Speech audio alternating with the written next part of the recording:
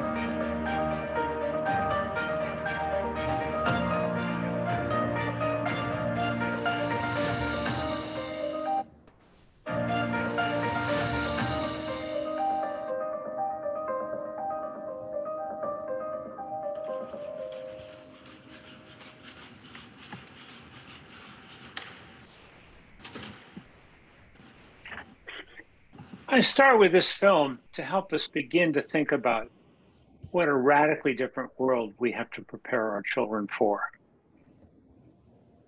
You know, when I started teaching, it was the twilight of the industrial era, and everybody was beginning to talk about the new knowledge economy. Well, that was more than 50 years ago. We no longer live in a knowledge economy.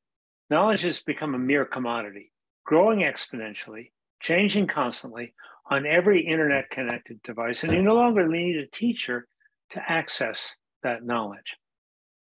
In fact, increasingly, the world simply no longer cares how much our kids know. What the world cares about is what our kids can do with what they know, which is a completely different and brand new education problem. With more and more jobs being done by artificial intelligence and by computers, and I don't just mean factory jobs, I mean white-collar jobs, the question becomes, what is it that we human beings can uniquely do that computers cannot do? What is our competitive advantage against artificial intelligence? And how do we develop those capabilities in our young people more fully? The implications for employment are profound.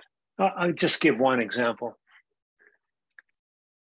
Google used to only hire kids with Ivy League degrees who had the highest test scores and GPAs. They thought that was the way to get the smartest kids in the world to come work for them. Along came Laszlo Bock about 9 years ago, and he was then Senior VP of People Operations, did the analysis and discovered that all of the indices they had been using for hiring and promotion were, quote, worthless, unquote. He went on to say the skills you need to succeed in a competitive academic environment, knowledge economy, bear no relationship to the skills you need to succeed in what is now the innovation era. Right now, today, Google doesn't ask for a college transcript. They don't care what your grades or test scores are because it tells them nothing of real importance. What they now use are structured interviews to see how you tackle complex problems, how you work in teams, how you suffer or respond to setbacks and recover from failures. So it's a very, very different employment world. And it's not just Google, they were the first, but they're by no means the only ones. So the question becomes, how do we prepare young people for this very, very different world, for the world of innovation? Well, to begin to explore that, what I did was start interviewing people about what in fact is innovation. What do we mean by that? A lot of people think it's just about, sexy high-tech stuff. Well, it turns out there's two very different kinds of innovation. One is, in fact, about bringing new possibilities to life, whether it's the iPhone or Facebook. And I don't think you can educate anyone to be the next Steve Jobs or Mark Zuckerberg. In fact, both of them were college dropouts, as you probably know.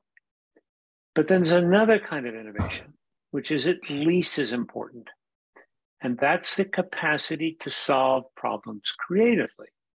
Whether you're in for-profit, nonprofit, developing countries, our country, whether you're in education, health, welfare, climate, the challenge of really trying to frame new questions, new challenges, and solve problems creatively is the new coin of realm. It's the most sought after skill in any single domain. So here's the good news. We are born curious, creative, imaginative. That's the human DNA. The average 5-year-old asks 1,000 questions a day, or 500, or 100. Anyway, I'm reminded of this daily because I have 4 grandchildren. And children at that age think of themselves as artists. They love to sing and dance and draw and so on. But then something happens. We call it school, because the longer kids are in school, the fewer questions they ask, the more they become obsessed with getting the right answers and terrified of failing. We'll come to that. So the question becomes, what do we need to do differently? Well, to answer that question, I started interviewing a wide variety of young people who are already in their 20s recognized as very successful creative problem solvers in a lot of different domains. Some were, in fact, in high tech, some were in the arts, some were in working for nonprofits. Equal numbers of young men and young women, some from privilege, some from poverty, some who were first generation youth in this country, others had been here many generations. But I wanted to try to understand what had helped them to become such successful and thriving creative problem solvers. I interviewed all of their parents. I'll speak to that in a moment because I suspect you might be interested. I spent most of my time, though, trying to understand their educational experience. And that led to my first very troubling discovery. You see, some of these young people had gone to what are considered our best universities, specifically young people from Harvard, Stanford, MIT, Carnegie Mellon, schools of that sort. And they all told me, without exception, that they had become successful creative problem solvers in spite of their education, not because of it. But I pressed. I said, please, can you tell me, was there a teacher who'd made a difference in your lives? And the good news was they could all name at least one teacher. Those teachers ranged from first grade to graduate school. And I interviewed all of those teachers, watched some of them teach. And that led to my second very troubling discovery. You see, all of these teachers who'd made such a difference in the lives of these young people were outliers. They were teaching in ways that were fundamentally different than their peers, yet remarkably similar to one another, it turns out. Then I spent time observing and interviewing those few schools that really do teach creative problem solving. I went to the MIT Media Lab. I went to the D School, or School of Design at Stanford University. I went to the brand new Olin College of Engineering. I went to many innovative high schools, High Tech High, New Tech High, Envisions, Edvisions. I went all in elementary schools down to observe Montessori, as well as Reggio Emilia schools. And again, I discovered a remarkable pattern a pattern very similar to what my outlier teachers were doing in terms of teaching and learning, very different than the norm. And what I came to understand is that there are a set of fundamental contradictions between the traditional education system that pretty much all of us experienced and the kind of learning and teaching that prepares young people to thrive in the innovation era. There are 5 essential contradictions. Number 1, traditional schools are all about measuring, celebrating, and rewarding individual achievement.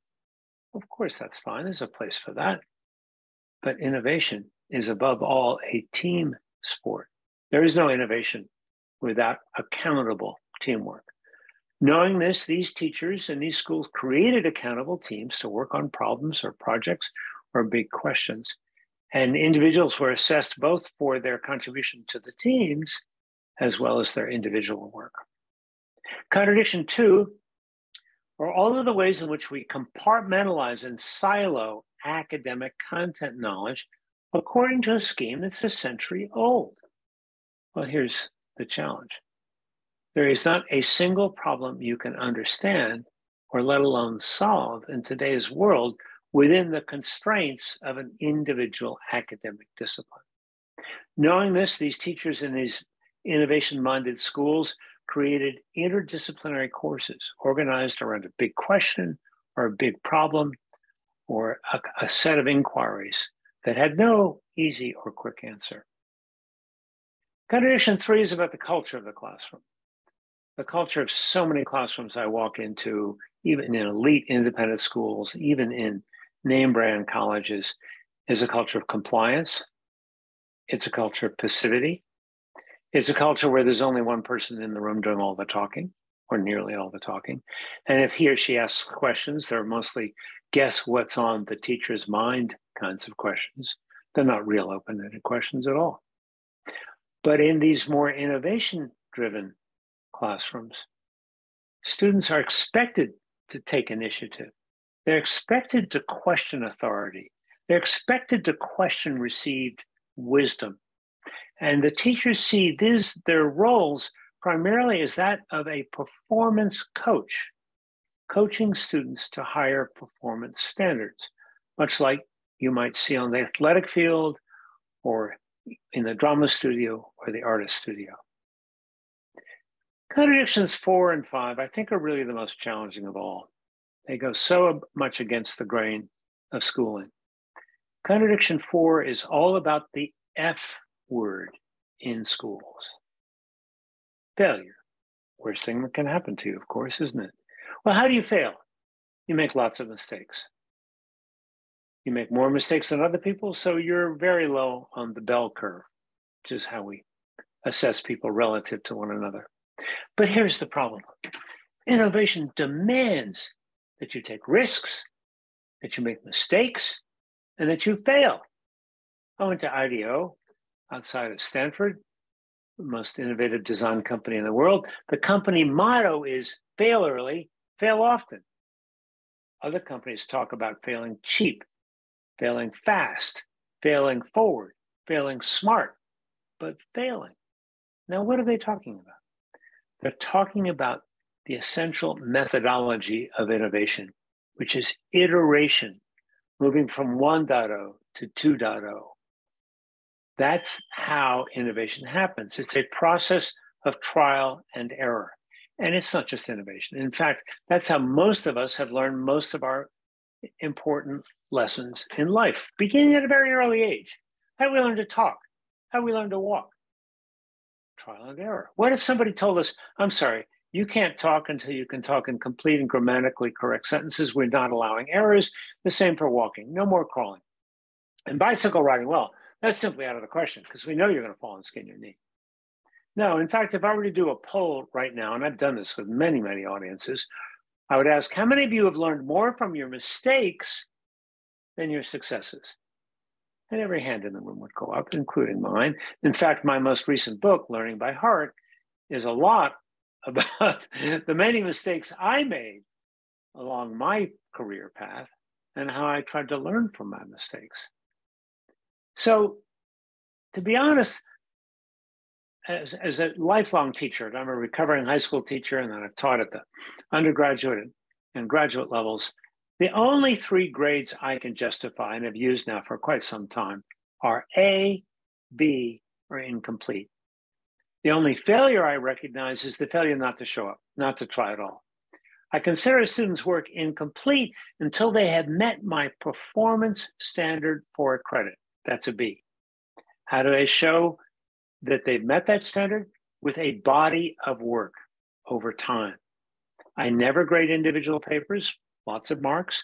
I do lots of conferencing with students, and I help them through previous classes' works to see what the standard, the performance standard is for their body of work. And I try to coach them to meet that standard. Now, some students may take more time. Some may need more help. And that's fine. I think that's the way it should be. You know, that's how it works in the adult world as well. Would you like to fly with a C- airline pilot? You know, somebody's gotten the takeoff thing, but hasn't figured out the landing thing so much. No. Plumbers, physicians, pilots all have to show competence. They have to meet proficiency standards to get licensed. The only A that I think is worth considering is when someone's work is truly outstanding, and that's rare. And then we need to find ways, as we do in the adult world, to acknowledge genuine human excellence. So the challenges, I think, of grading and assessment are the most profound of all in our education system. I'm on the board of something called the Mastery Transcript Consortium. Mastery.org is their website. And this is now 450 high schools across the country, and now increasingly around the world, public, independent, charter, that are working together to develop an entirely different kind of high school transcript that is really showing a student's competencies or proficiencies. Think of it as kind of the merit badge approach to assessing learning. You set a standard, students can meet or exceed that standard as evidenced by a body of work. And so this transcript shows these. No grade point averages, no test scores.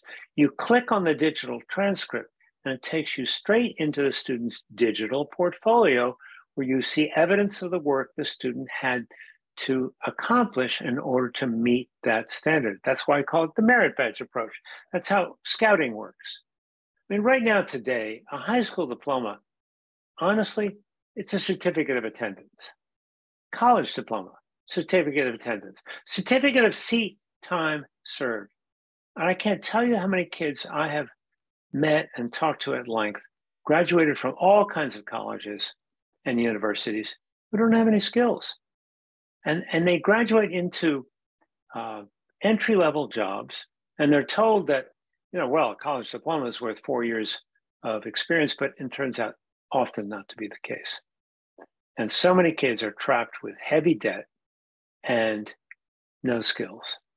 And so this, for me, represents one of the most profound challenges of our education system across the board. The last contradiction is around motivation. How do we motivate kids to do their best? Well, as you know, in traditional schools, we relied very heavily on extrinsic incentives, carrots and sticks. That's really what the grading system means for most kids. It's a carrot and it's a stick. But when I interviewed these young people, I came to understand that these creative problem solvers were not primarily extrinsically motivated. They did their best work in school when they had projects that they felt were worth doing, not just for the grade. And when they sought jobs, they wanted to work in places where they could make a difference, where they could make a contribution. So I went back and tried to understand what had their parents and teachers done to strengthen this intrinsic motivation that we're all born with. And I discovered a pattern. Both parents and teachers had explicitly encouraged three things: play, passion, and purpose. Parents encouraged much more exploratory play, much more time outside, fewer toys, toys without batteries. Legos were the preferred toy. And they limited screen time. No using iPads as babysitters. Teachers tried to create times in the school day where students could explore questions of interest to them, new ideas, new topics. As these kids grew older, the parents were very intentional about exposing their kids to a range of new possibilities, a range of new interests, in the hopes that an interest might become a real passion.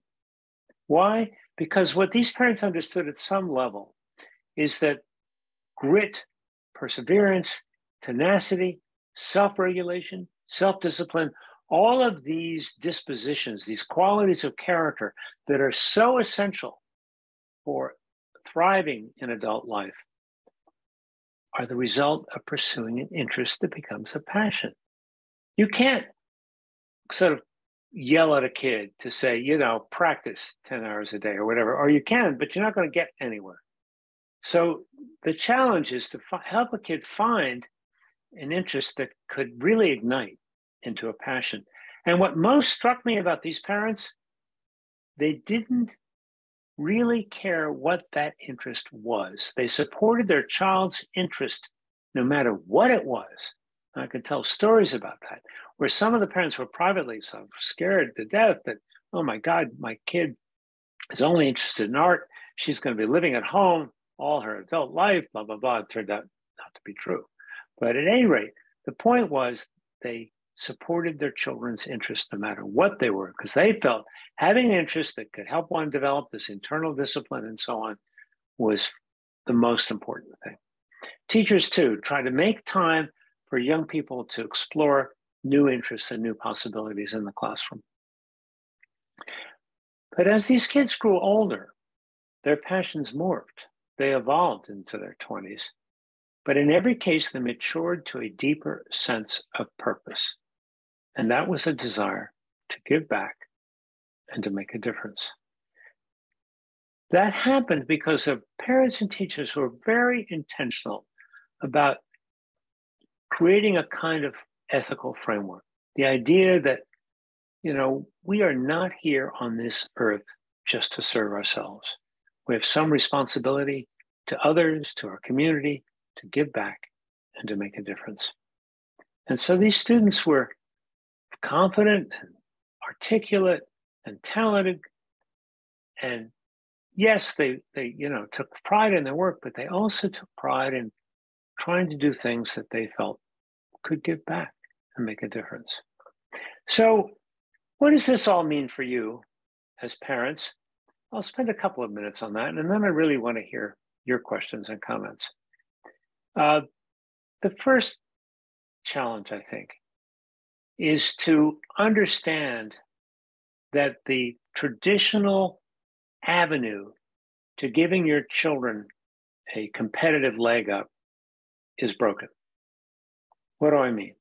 I mean that, first of all, let's acknowledge we live in a world that's much more competitive than the world most of us grew up in. I'm talking about for our kids, much more competitive world. And I understand you wanting to give your children every competitive advantage.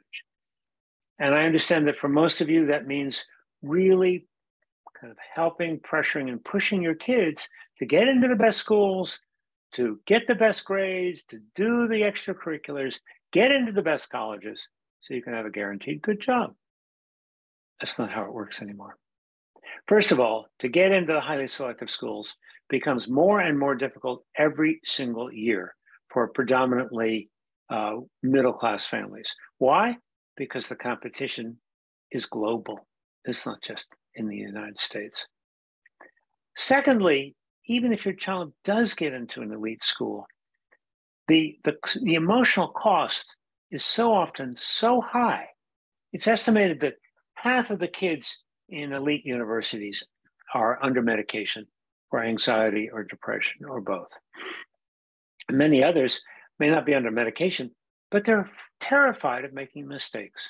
They're risk averse. And that's the last thing you want to be in the innovation era, to be risk averse. You have to be willing to do thoughtful assessments and take responsible risks. So how do you give a child a competitive advantage in today's world? Well, again, I mentioned the first thing. support that child's interests in the hopes that it will develop into a passion. And don't panic, if the passion might be initially gaming or something like that. Kids, it starts with curiosity. The first thing to do is to continue to sort of be attentive to what are our children curious about? What are they interested in? And feed that curiosity. It's a muscle. The more you exercise it, the stronger it becomes. So curiosity evolves into interests, which eventually can become passions, which then also morph and evolve. So that's the first step, is to really encourage that child's active, curious interest in the world. Listen to their questions. Spend time at the dinner table, engaging them about what they see around them in the world, what their questions are, what their thoughts are. Then I think the next thing is to really support them, as I've suggested before, as they pursue real interests. Here's the young person who knows who he or she is, who's clear about the kinds of challenges he or she is interested in, contributions he or she might want to make, who knows him or herself.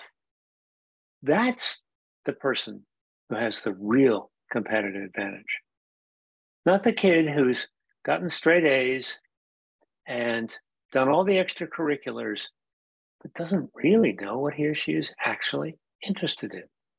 I mean, I met so many kids like that at Harvard. Then nobody ever asked them what they were interested in. All they'd ask them was, what grade did you get? So let me just use that as a kind of an opening for the conversation about parenting, which we'll come back to. But before we do that, I want to show you a second video. This is an outtake from the documentary film Ted Dittersmith and I worked on together some years ago called Most Likely to Succeed. Premiered at Sundance in 2015. It's won all kinds of awards. And it's been shown in literally tens of thousands of communities now around the world. Might give you a sense of how very different a kind of education can be. This is a film that was shot in a school called High Tech High in San Diego. Now that's a charter school district in effect. It's actually 6,000 kids, K-12 schools with its own graduate school of education.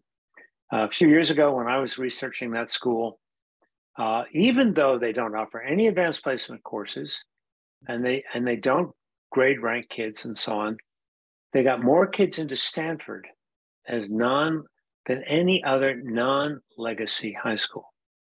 And the majority of the students who go to High Tech High are minority and from disadvantaged backgrounds. They choose the kids by lottery and by zip code to admit to High Tech High, meaning any zip code, there's a lottery. So the students are broadly representative of the city of San Diego. Now, as you watch this video, I'd like you to keep in mind and look for three things. First of all, what academic content knowledge are students learning? Content knowledge still matters. We know that. It's necessary, but not sufficient. Secondly, what skills are they learning? In the innovation era, skills matter more than content knowledge because content's constantly changing and easily accessed. And finally, thirdly, how are students being motivated to do their best work? So let's look at this video, and then we'll come back for some conversation.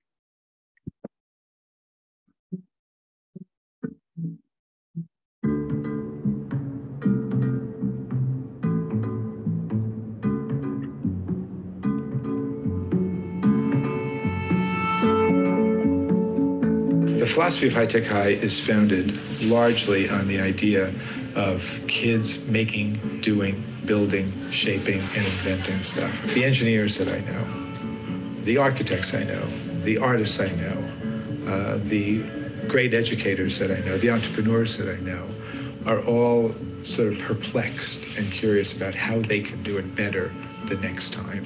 And that type of perplexity leads to engagement, it leads to learning, it leads to innovation. We are trying to have that type of perplexity and curiosity get inculcated in our students in everyday practices.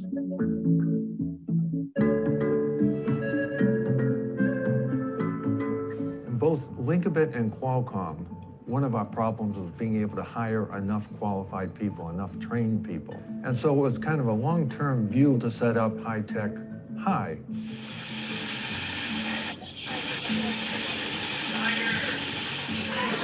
I don't think it's that the glue worked. I think I know.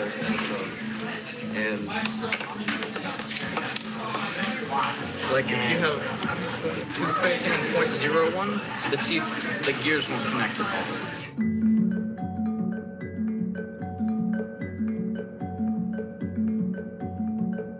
We didn't know that it was all going to work until maybe 4 weeks before our exhibition, Yeah. 3 weeks.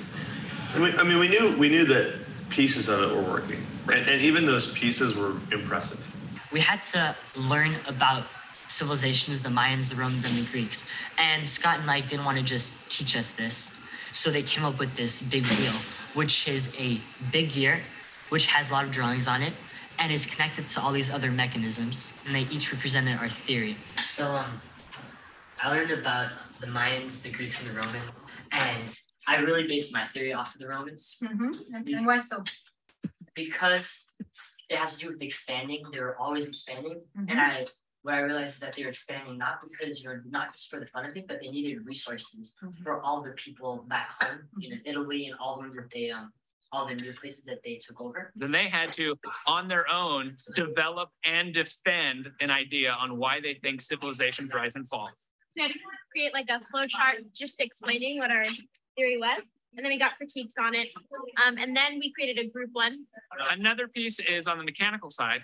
They need to take what's already an abstract concept with their theory, and they have to take that and actually physically manifest it. They have some very preliminary metrics they need to use. They know that there's going to be a big wheel turning at a certain RPM.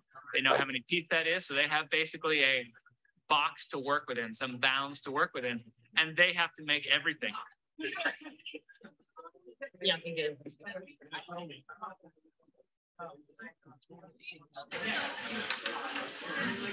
put the wrong side in. Oh my God. So we have an exhibition that we're preparing for right now, and it'll be tomorrow night, and there will be thousands of people here looking at student work, students presenting their work, visitors looking at the work, students presenting their work to each other. And I think that idea of making work public, that's a missing piece to me in schools in general. For most of you, this is probably the biggest project that you've ever exhibited.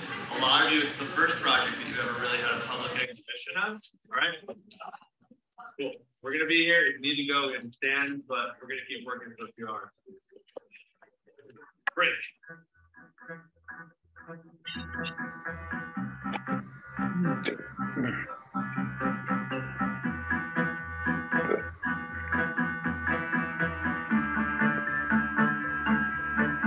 This idea of sort of making something and having a public exhibition and having people come look at it. And you have that feeling that we all have, like, how did they do that?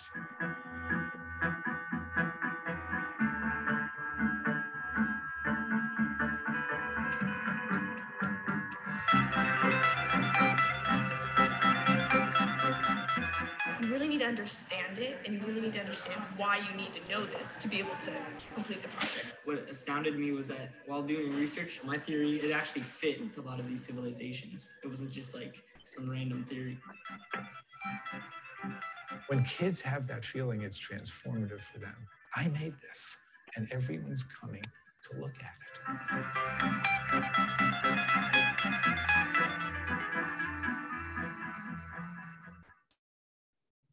Okay, so we have some time for some questions and conversation.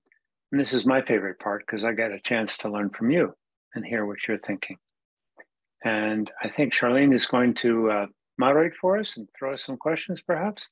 I am indeed, Tony. That was really wonderful. And I appreciated all of you who are asking great questions. All right, Tony, let's start with one kind of loosely based on your memoir, Learning by Heart. And then we're going to get to all of the questions from the audience as well, okay? So you describe your struggles as a student and the way that you had trouble with safety and trust with adults and teachers. Why do relationships matter so much in the learning process? Boy, I just think that's so profound and so fundamental. I really don't think learning can happen in a classroom where there is no trust or respect. The common phrase that kids will say is, I don't care what you think until I know that you care, or something to that effect. Kids are motivated when, first of all, at the minimum, they feel respected. But beyond that, it's more about their being cared for. And I had some teachers, just so folks know what we're talking about. I dropped out of high school in my senior year, in part because I had an extremely emotionally abusive high school English teacher who said things to me that no young person should ever hear from a teacher or anybody.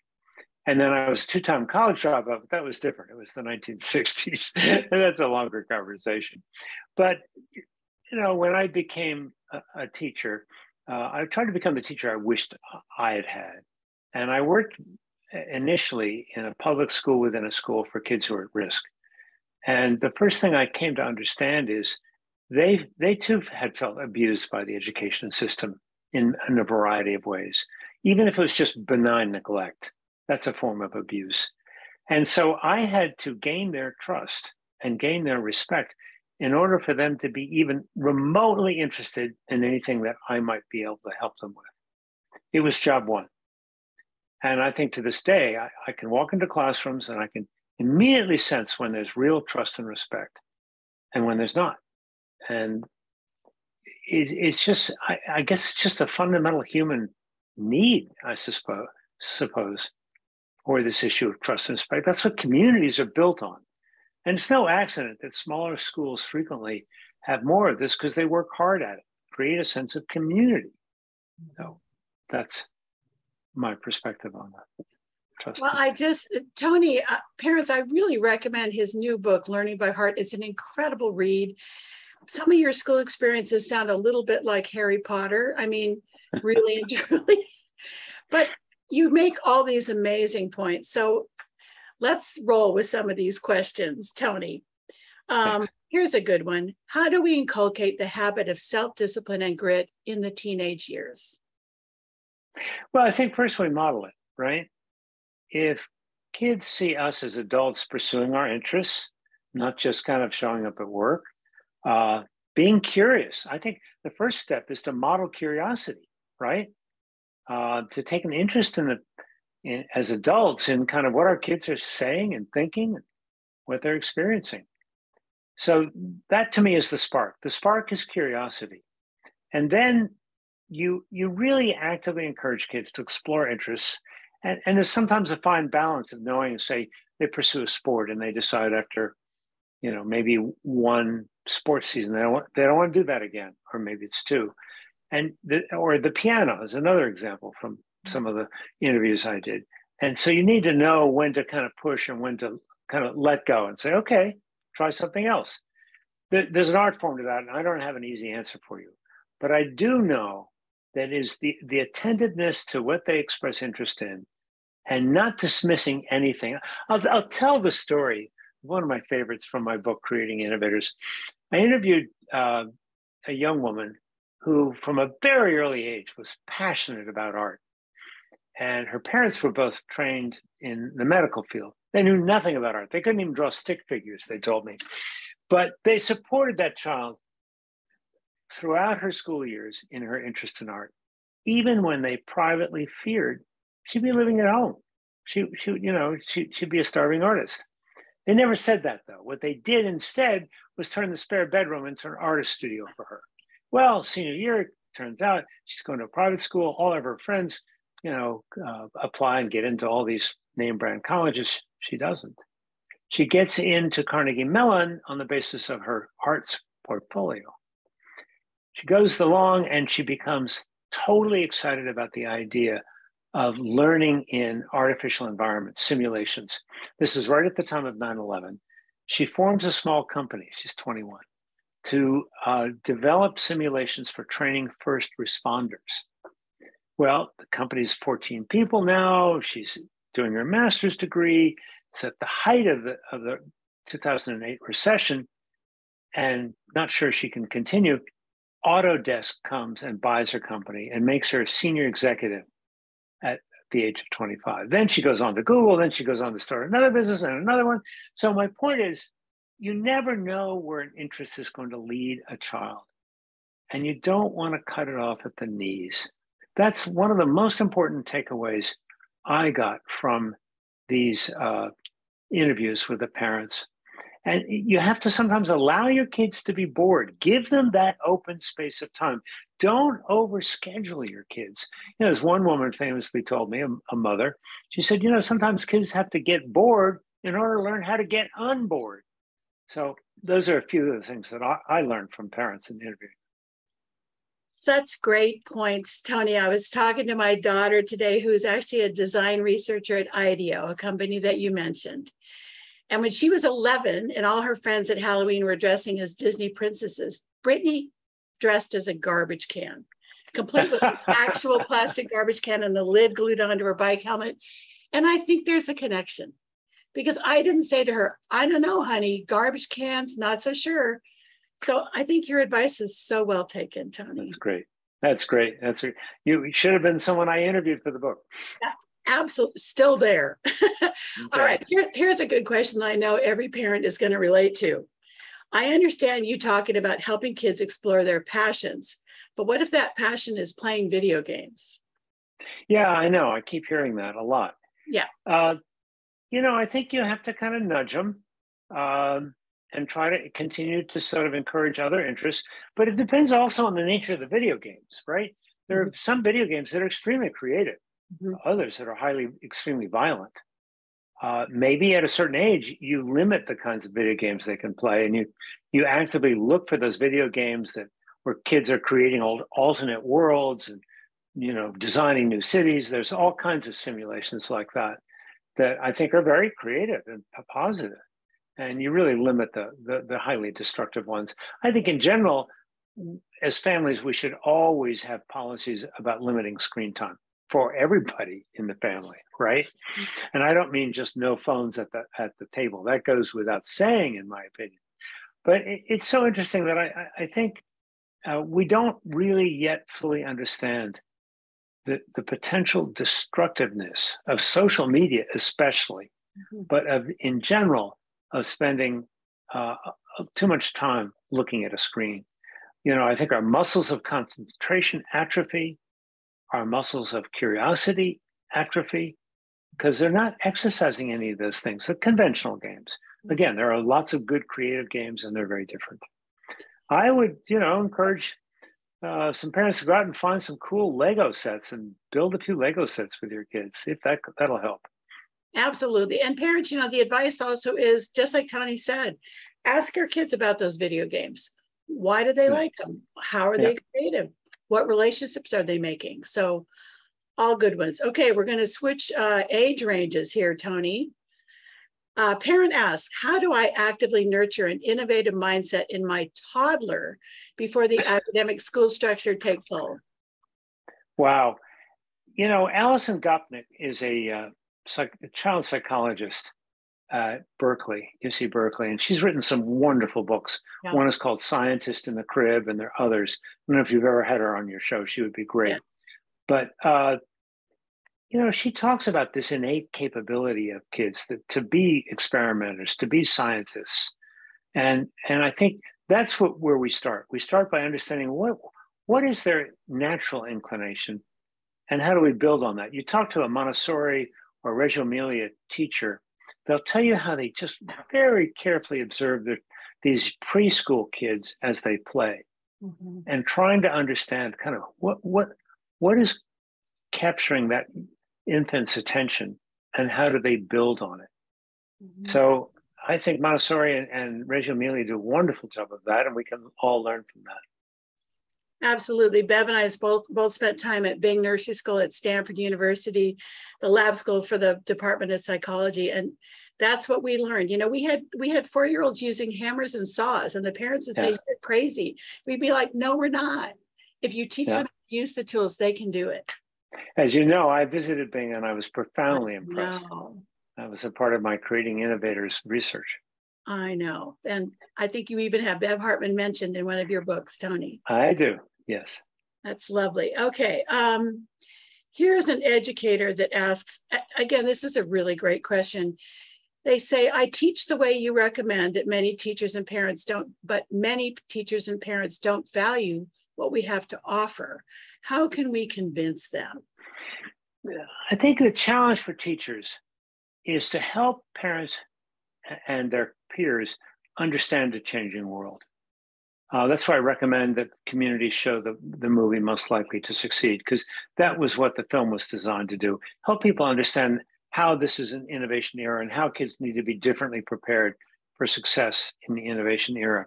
You know, when I was doing very innovative things as a teacher, first in public school, well, nobody cared what I did with the at-risk kids, to be very honest. And that was kind of a tragic thing. But then I taught at Sidwell Friends School, where Obama's kids went. And that was very, very high stakes and very different. And parents paid a whole lot of attention. And so when I had my back to school night, my first time, I was frankly pretty nervous. But I had worked to try to very carefully explain to parents why I was doing things that were different and how I thought it would better prepare their young people for college and beyond. How I was giving them lots of different kinds of writing assignments, how I was emphasizing writing over the mere reading and discussion of literature, particularly that, how I was using conferencing to teach the writing process, how I was not teaching grammar as something separate, but rather something that was intrinsic to the writing process. And what I found was when I was really clear with parents about here's what I'm doing, here's why I'm doing it, and here's why I think it is a better preparation, I never had pushback. I never had a problem with parents. And I think the larger challenge in a school district now is to do the same thing.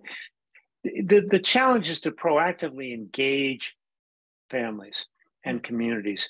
The best schools and districts I know work towards creating what's called a profile of a graduate, where they help the adults in the community to talk about how has this world changed? What are the most important skills and dispositions that our young people need today? How do we prioritize those, ensure that our graduates have those capabilities? And then how do we take that graduate profile and backwards map it to end of 8th grade and end of 5th grade and have students regularly show demonstrations of learning? That's what you really saw in that film in Most Likely to Succeed, where students are regularly called upon to demonstrate their learning to adult audiences, to present and defend their work. And I think, Tony, that film, Most Likely to Succeed, people can probably find it online fairly readily. Yeah, it's available on all the major streaming platforms. Yes, it is. Okay. And here's a question that I pretty much know how you're going to answer, but I want you to say it again. Parent asks, what if you can't afford private schools? What do you do? If you would summarize again about, for example, High Tech is a public high school, yes? It's a public charter school. That's right. Yeah. You know, I honestly think private schools are a challenge. As you know, I've spent considerable time in both worlds, and I saw the private schools as pressure cookers for so many kids. And you know, the kid who said, you know, I'm going to take a B in this class because I want more time for my after-school theater work. That was kind of unacceptable to most teachers and parents. But I think it was a completely rational decision, but one that was very hard to make in that pressure cooker environment. Same with elite public schools, not that different, right? Palo Alto High School, similar kind of pressure cooker. Yep. So I don't have an easy answer for you. I don't think private schools are an answer, is part of what I'm trying to say. I don't think they necessarily offer the competitive advantage that they profess to offer. And obviously are charging a premium price for that. You know, people send their kids to private schools thinking they have to go to an elite college. I think, frankly, that what you should aim for is an honors track and a good state university.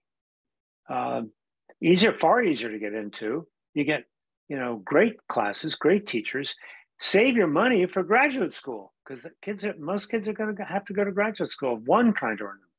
Or, you say, take a year off, take a gap year between high school and college, and have kids really kind of get out into the world and begin to understand it, and then make their choices about where they want to go to college. But in either case, the private school is not the competitive advantage that many people seem to think it might be.